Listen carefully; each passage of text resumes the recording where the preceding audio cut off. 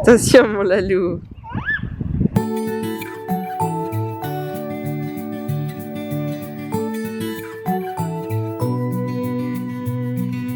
If I had 1,000 tongues, I would sing with everyone. Bonjour, c'est Amélie du blog Famille épanouie. Aujourd'hui, je vais te parler du lien d'attachement, donc c'est-à-dire de la figure d'attachement. Donc, c'est souvent en fait la personne qui s'occupe le plus de l'enfant qui est la figure d'attachement. Donc ça peut être la maman ou le papa. C'est vrai que d'une manière générale, c'est quand même plus souvent la maman, parce que déjà à partir du moment où on allaite, forcément il y a un lien très très fort qui se crée entre l'enfant et la maman. C'est souvent les femmes qui prennent plus en charge les soins et puis voilà le fait de s'occuper des enfants au quotidien, notamment le congé maternité et ensuite souvent le congé parental. Enfin bref, ça peut être le papa, mais d'une manière générale, c'est plus souvent la maman. En tout cas, voilà, la figure d'attachement, c'est donc la personne qui passe le plus de temps auprès de l'enfant à lui faire des soins, à s'occuper de lui. Et alors cette figure d'attachement, eh bien, souvent elle est malmenée et je voulais parler de ça aujourd'hui parce que il y a beaucoup de mamans qui laissent leurs enfants à la crèche, qui laissent leurs enfants à la nourrice, qui laissent leurs enfants à leurs propres parents ou à leurs beaux-parents ou même à leur mari.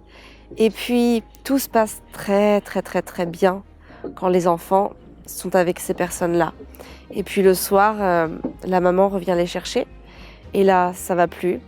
L'enfant pleure, l'enfant crie, l'enfant fait des choses désagréables. En tout cas, la maman considère les choses désagréables.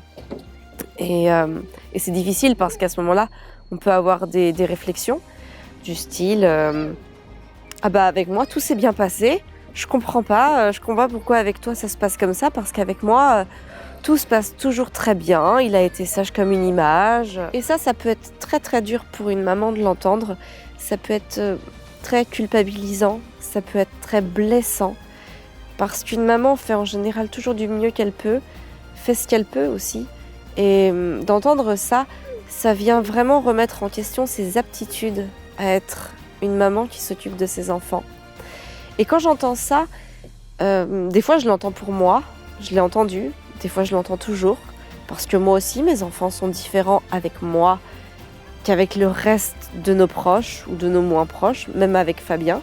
Les enfants ne sont pas pareils avec Fabien qu'avec moi, parce que je suis leur figure d'attachement. Et je trouve ça très très dur pour toutes les mamans d'entendre ça. Alors peut-être que cette vidéo devrait plus s'adresser à tous les proches et à toutes les non-figures d'attachement, parce que c'est vrai qu'en général, ces personnes-là ne connaissent pas, ne savent pas ce que c'est exactement la figure d'attachement et pourquoi l'enfant réagit comme ça quand il est avec eux et quand il est avec sa maman.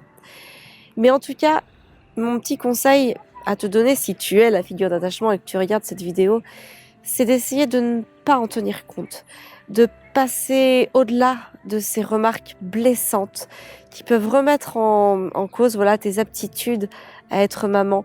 C'est pas parce que tes enfants se laissent aller, en tout cas laissent aller leurs émotions, laissent aller n'arrive plus à se canaliser en fait en quelque sorte quand tu es là, parce que c'est normal. Et ça, je tiens vraiment à le dire, c'est normal. Tu es la personne en qui ils ont le plus confiance. Et c'est pour ça qu'ils se laissent aller à des débordements émotionnels. Parce qu'ils savent qu'avec toi, il y a de l'amour inconditionnel. Parce qu'ils savent qu'ils peuvent décharger toutes leurs émotions, que tu seras là pour accueillir leurs émotions.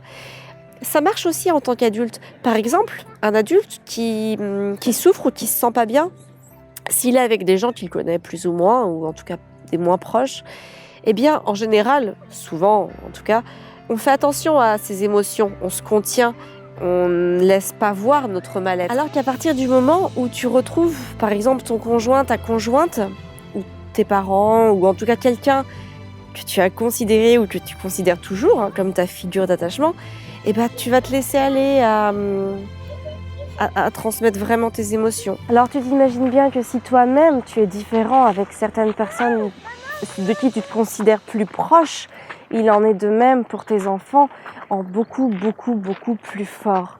Alors voilà, c'était juste une petite vidéo pour déculpabiliser toutes les figures d'attachement du monde et pour leur dire que oui, si les enfants sont différents avec eux, c'est bien normal.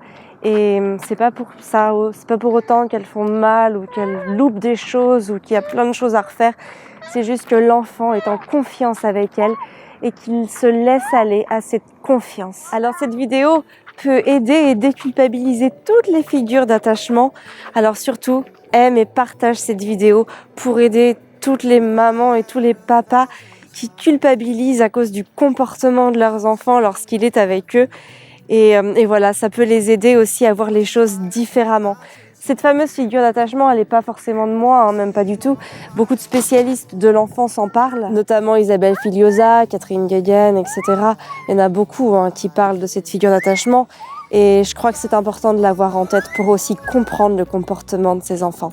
Tu peux aussi t'abonner à notre chaîne YouTube, comme ça tu reçois toutes les notifications de mes vidéos en temps et en heure. Tu peux donc les regarder et répondre aux commentaires parce qu'en général, quand les commentaires sont assez récents, j'y réponds de manière systématique. Alors voilà, n'hésite pas à réagir à toutes mes vidéos.